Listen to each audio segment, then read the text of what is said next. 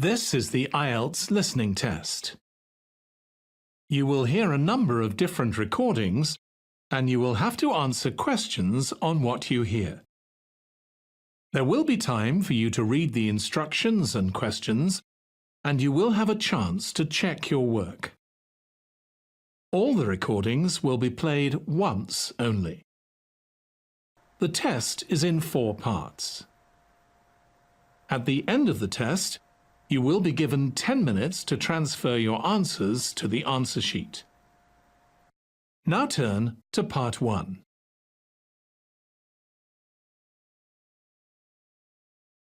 Part 1.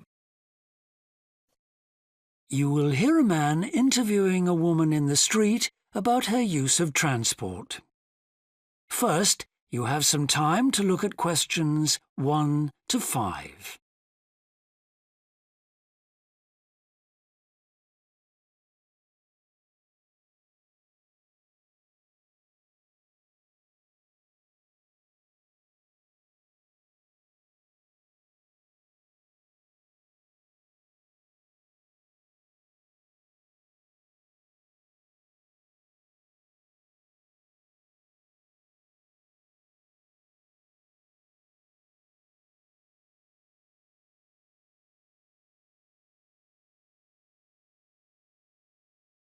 Now we shall begin.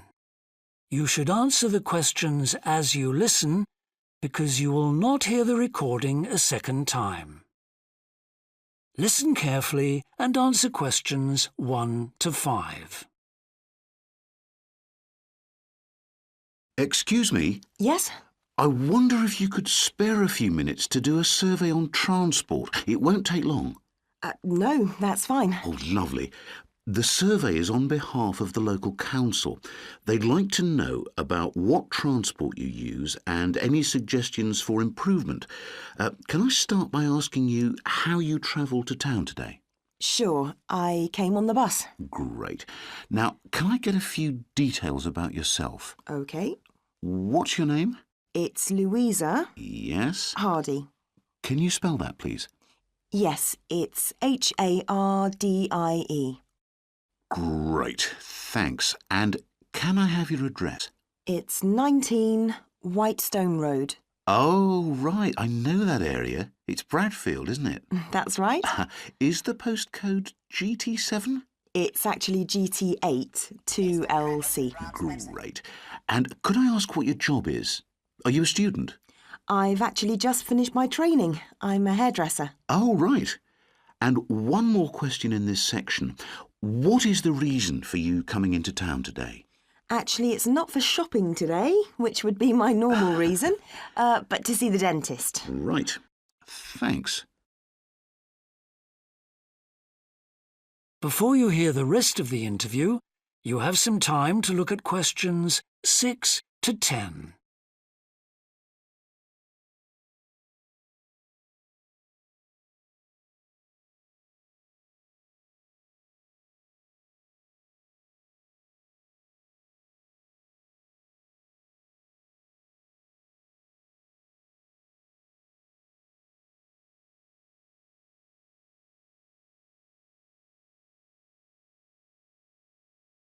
Now listen and answer questions 6 to 10.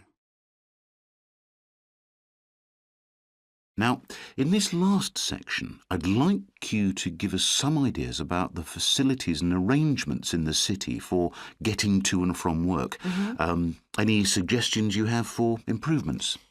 Well, something I've thought about for some time is that when I do walk and I'm doing a later shift, I think the lighting should be better. Yes, good point. And of course, I think it's a real shame they've been cutting down on the number of footpaths. They should have more of those. Then people would walk more. Yes, right.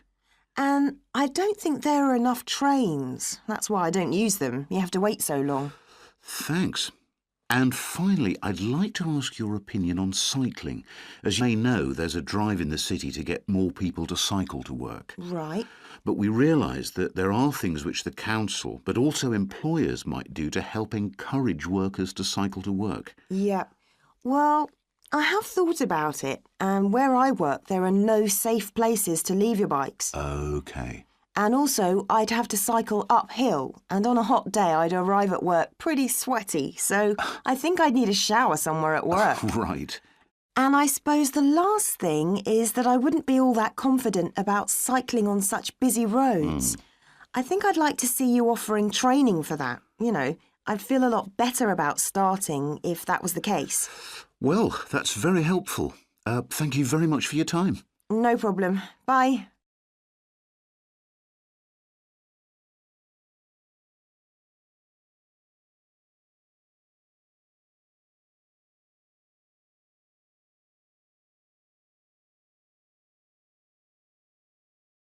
That is the end of part 1. You now have 1 minute to check your answers to part 1.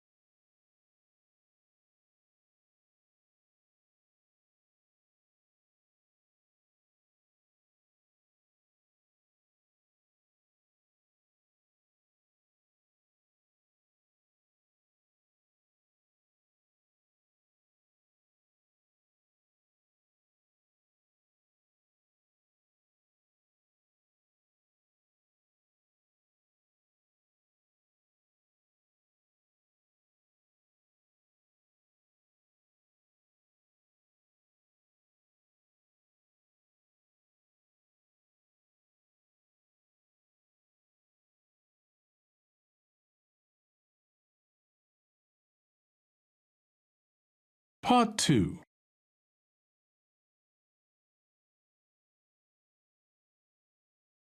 You will hear the Public Relations Officer from the Council reviewing events that were hosted by the town in the previous year. First, you have some time to look at questions 11 to 16.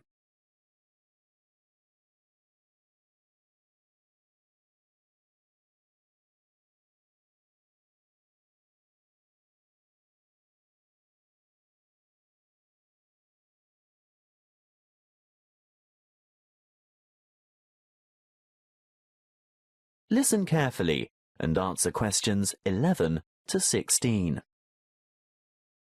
Kingstown has been a busy town this year, with some high-profile and new events happening in and around the area. In January, we hosted the National Kayak Selections, and this competition attracted a number of well-known paddlers, not just from this country, but from Canada, Ireland, England and Australia. Following this event, we had the nation's top bowls players descend on the township, with the national championships taking place at the Kingstown Bowling Club, attracting well over 400 players. It was a resounding success, as you could see from the numbers thronging the bowling centre in Main Street. February was the month for the Seriously Social rafting competition, and this was the first time Kingstown had hosted an event of this nature.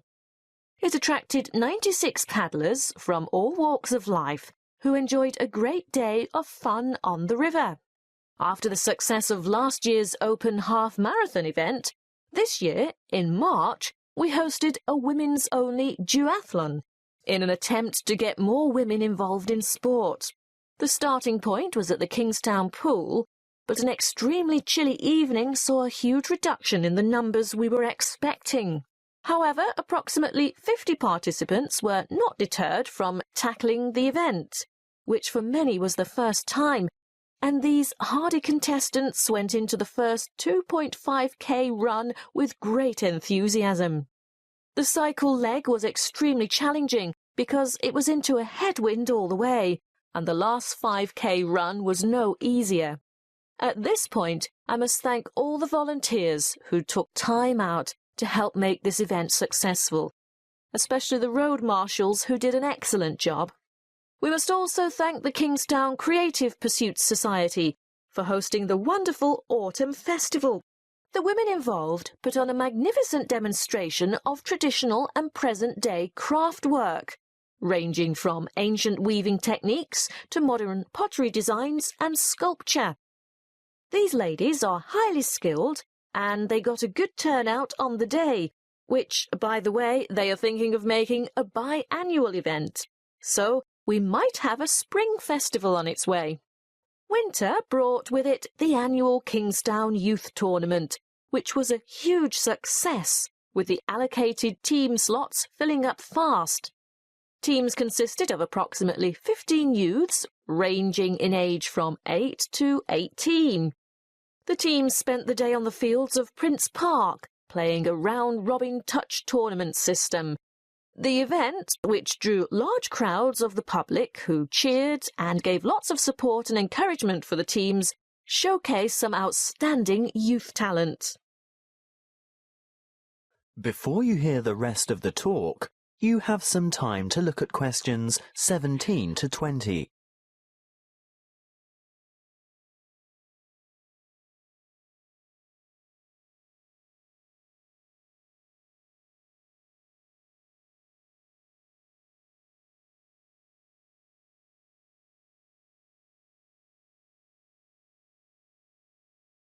Now listen and answer questions 17 to 20.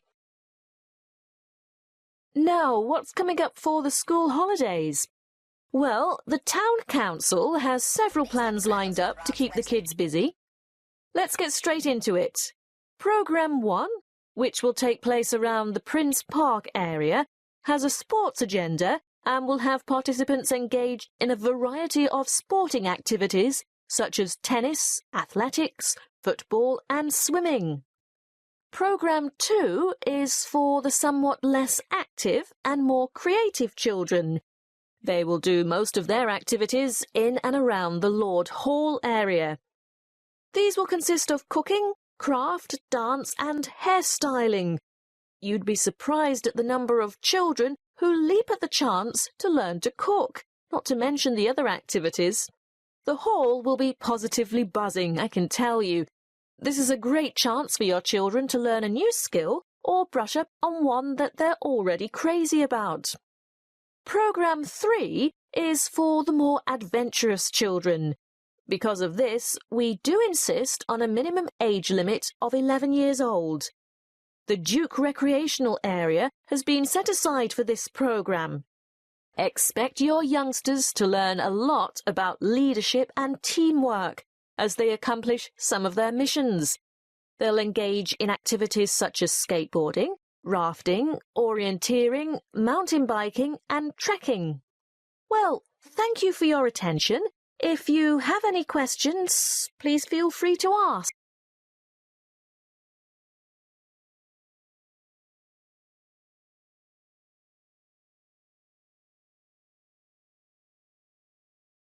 That is the end of part 2. You now have 30 seconds to check your answers to part 2.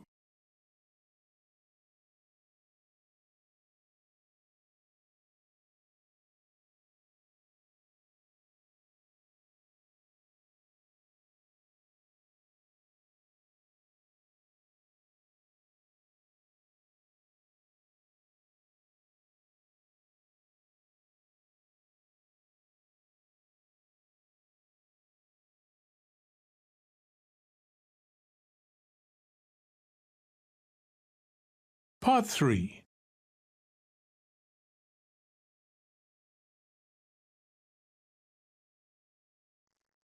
You will hear 2 environmental science students, called Rosie and Martin, discussing their presentation on an extinct animal called the woolly mammoth with their tutor. First, you have some time to look at questions 21 to 24.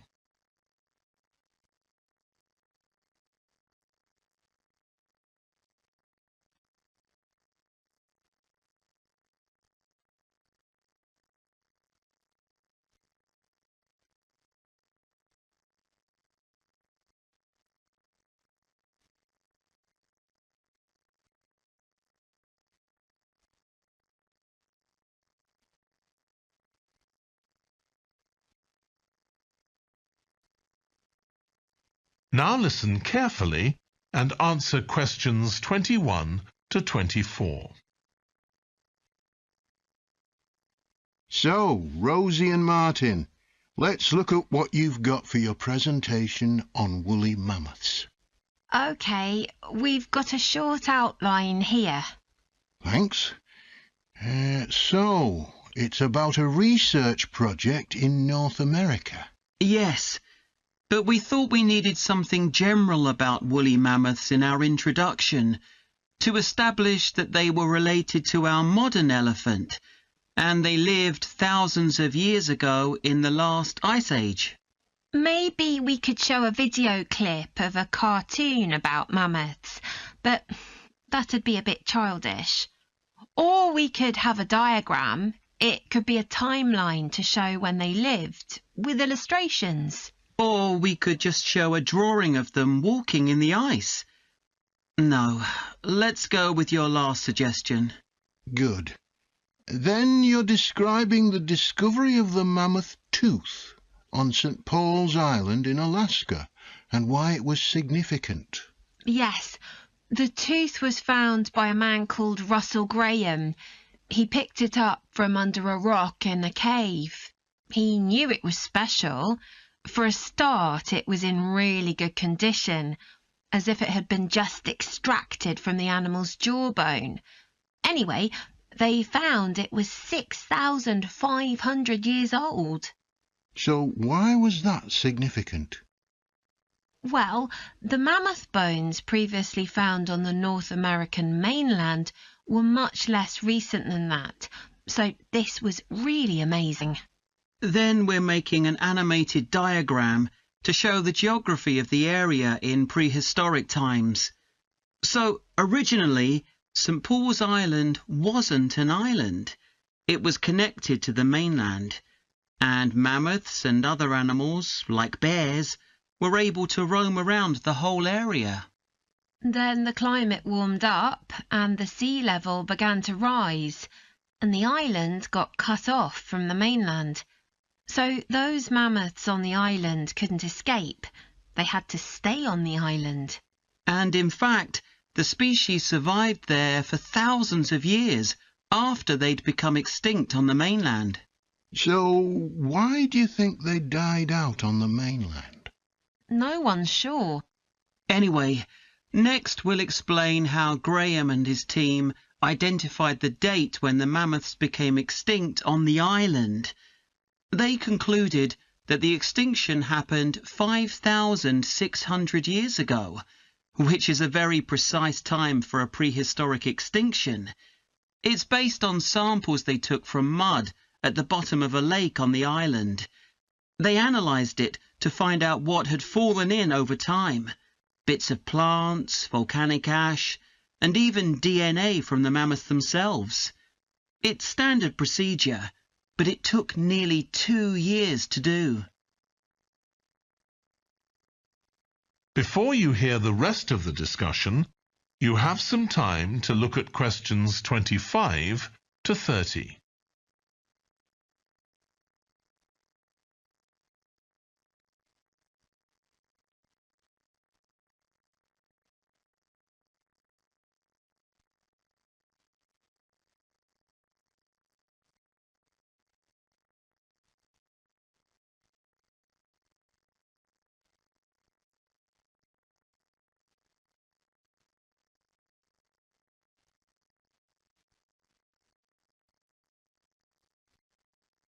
Now listen and answer questions 25 to 30. So why don't you quickly go through the main sections of your presentation and discuss what actions needed for each part? OK. So, for the introduction, we're using a visual. So once we've prepared that, we're done. I'm not sure. I think we need to write down all the ideas we want to include here, not just rely on memory. How we begin the presentation is so important. You're right. The discovery of the mammoth tooth is probably the most dramatic part, but we don't have that much information, only what we got from the online article. I thought maybe we could get in touch with the researcher who led the team and ask him to tell us a bit more. Great idea. What about the section with the initial questions asked by the researchers? We've got a lot on that, but we need to make it interesting. We could ask the audience to suggest some questions about it and then see how many of them we can answer. I don't think it would take too long. Yes, that would add a bit of variety. Then the section on further research carried out on the island, analysing the mud in the lake. I wonder if we've actually got too much information here. Should we cut some?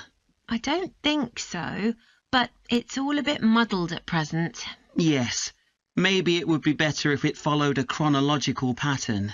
I think so. The findings and possible explanations section is just about ready, but we need to practice it so we're sure it won't overrun. I think it should be okay, but yes, let's make sure. In the last section, relevance to the present day, you've got some good ideas, but this is where you need to move away from the ideas of others and give your own viewpoint. Okay, we'll think about that. Now, shall we show you some of the...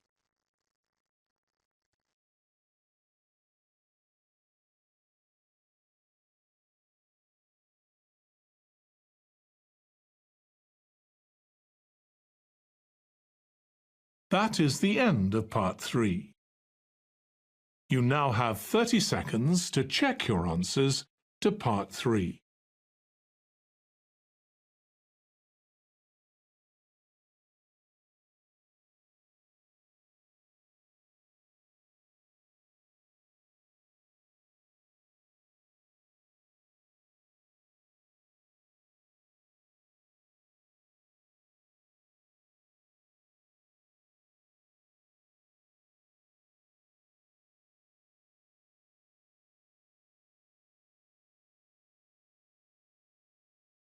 Part 4.